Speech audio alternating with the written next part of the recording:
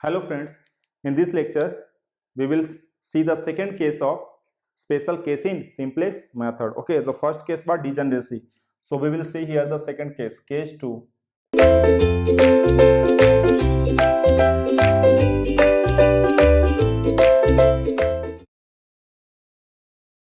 The case 2, that is unbounded solution. We have also seen it in case of graphical method. So here we will see the unbounded solution. Okay, unbounded solution. So what we have to do, we have to convert it into a standard equation. So what you are going to do, just convert it into a standard equation by converting those into equalities. So it is 5, 3x1 plus s2 equals to 11, and here s1 and s2 are non-negative, and just multiply with the slack variables in such a way that they are not going to affect the objective function. So this is your final standard equation. So we will make the simplex table. This is x1, x2, s1, s2, RHS value and theta. Okay, the first one we will make Cj column. Okay, Cj, and here we will write basis. The Cj means coefficient of the objective function. So 4 3 0 0. This is 4 3 0 0, and we will start with which variable? Slack variables, and these slack variables are going to become the basic variable. Here we will write the coefficient of the slack variables from objective function, and here we will write the coefficient from the constant. So the first x1 is 1, this is minus 6, this is 1, and this is 0. This one is 3, this is 0, and this is 0, and this is 1. You can see that the basic variables are going to make the identity matrix within the simplex table. Okay, this thing I have already told you, and this RHS is 5 and 11.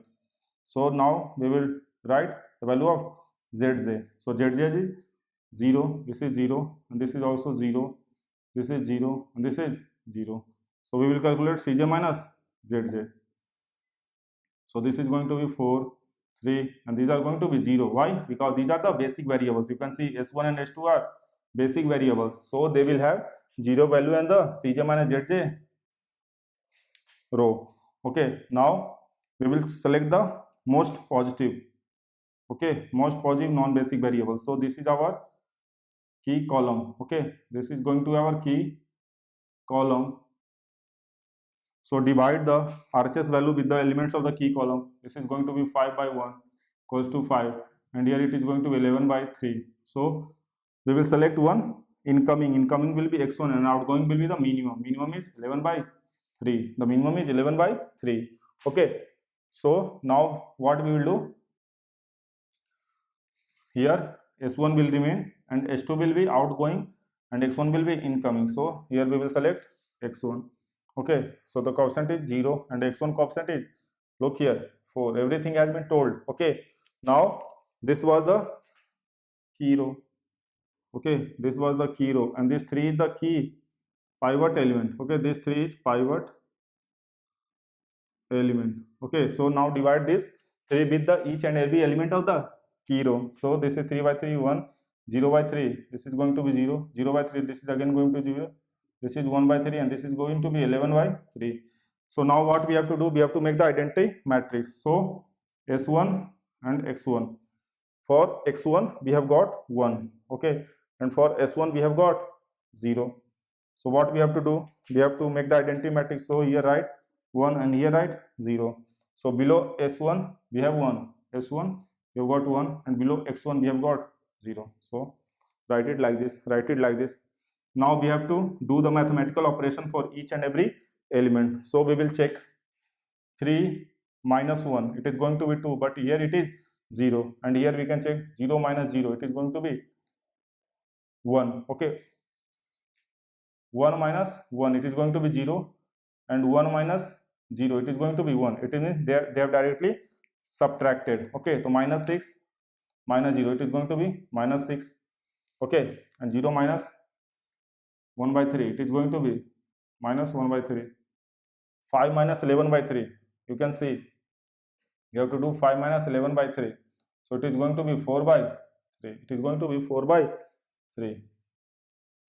Now write the ZJ. Write the ZJ. It is going to be 4. Okay. This is going to be 0. This is going to be again 0. And this is going to be 4 by 3.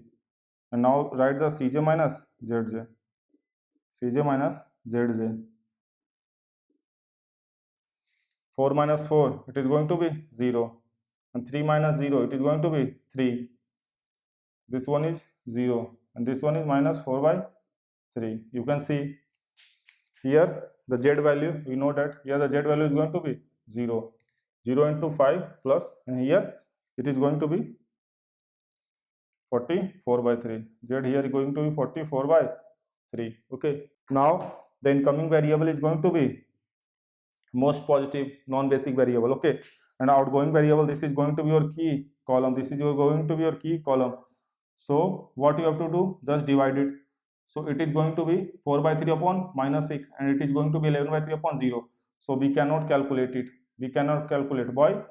We know that the theta will be either, theta will always be positive. Theta is going to be always be positive. So we cannot calculate. Okay. We can write that we cannot calculate the minimum positive ratio. We cannot calculate here the minimum positive ratio. Okay. We can't calculate the minimum positive ratio because it is always positive, because it is always positive, and here the value is 0 and infinity, or you can say negative. The value is negative and infinity. So whenever the value is either 0 or infinity, the solution is, okay, the solution is, this means the solution is unbounded.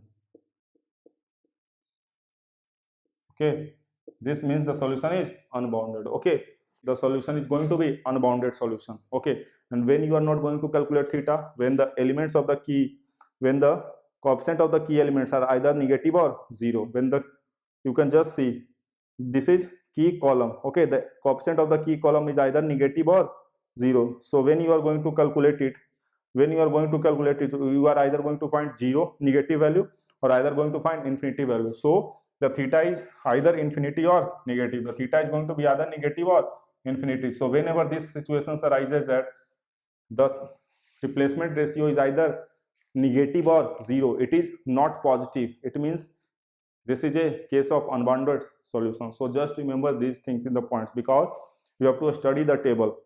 They will just write here negative and infinity, and they will ask the nature of the solution. So it is just the unbounded solution. Okay, either you can tell it from here, the coefficient of the key elements are either negative or 0. It means the replacement ratio, you are going to divide it with RHS value. So either it is going to be negative or infinity. Okay, so you can tell from here also, or you can tell from here also. So whenever the conditions arise like this, the solution is going to be unbounded solution. Okay, this was the second case, and then next lecture we will discuss our third case, that is multiple optimal solution. Okay, thank you.